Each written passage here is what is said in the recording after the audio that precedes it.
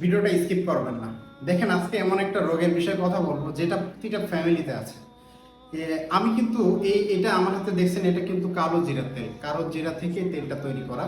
তো এই তেলে আমি খুবই উপকার পাইছি, মানে আমার বাসাতে দেখবেন প্রতিটা ফ্যামিলিতে এখন কম বেশি আছে। রাত হলে পায়ের তলাটা অনেক বেশি গরম হয়ে যায় এবং মাথাটা যন্ত্রণা করে রাত্রে ঘুম হয় না।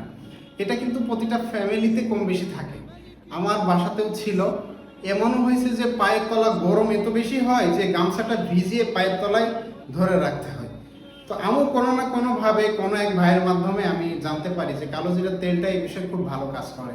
তো আমি যখন আমার বাসায় এটা ইউজ করা শুরু করলাম, তো মোটামুটি 15 থেকে 20 দিন পরেই আল্লাহর রহমতে কিন্তু এই রোগটা আর থাকলো না। তারপরেও ইউজ করা হয়েছিল মিনিমাম 1 মাসের বেশি।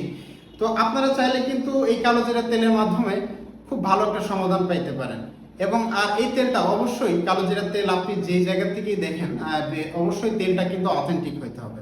আপনি হয়তো আপনার যদি কেউ পরিচিত থাকে বা আপনি যদি নিজেও কালো জিরার তেল কিনে ভাঙায় নিতে পারেন মিল থেকে, খুবই ভালো হয়। অথেন্টিক যদি তেল হয়, ইনশাল্লাহ এই দুইটা সলিউশনে এটা ঠিক হয়ে যাবে। যেহেতু আল্লাহ নবী বলছেন যে মৃত্যু ব্যতীত সকল রোগের ওষুধ কালো জিরা। এই কালো জিরা প্রতিটা ফ্যামিলিতেই অন্তত একটা করে কোটো রাখা উচিত। কালো জিরা শুধু এই বিষয় না, আরো অনেক বিষয় কাজ করে। যেমন আমি অনেক বিষয় উপকার পাইছি, আজকে শুধু এই একটা বিষয় নিয়েই আলোচনা করলাম।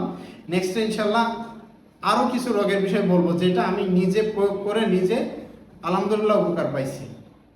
হ্যাঁ, আপনি এই ভিডিওটা অবশ্যই অবশ্যই আপনি শেয়ার করে দিবেন যেন আরেক ভাই দেখতে পারে, কারোর উপকারে যদি আসে।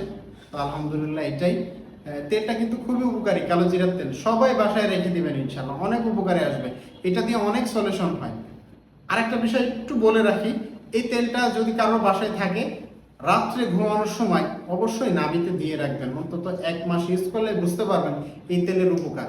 আপনার অন্তত শরীরের অনেক কিছু, অনেক রোগ থেকে রোগ প্রতিরোধ করবে ইনশাআল্লাহ। ভিডিওটা ভালো লাগলে অবশ্যই শেয়ার করবেন। আসসালামু আলাইকুম ওয়া রাহমাতুল্লাহ।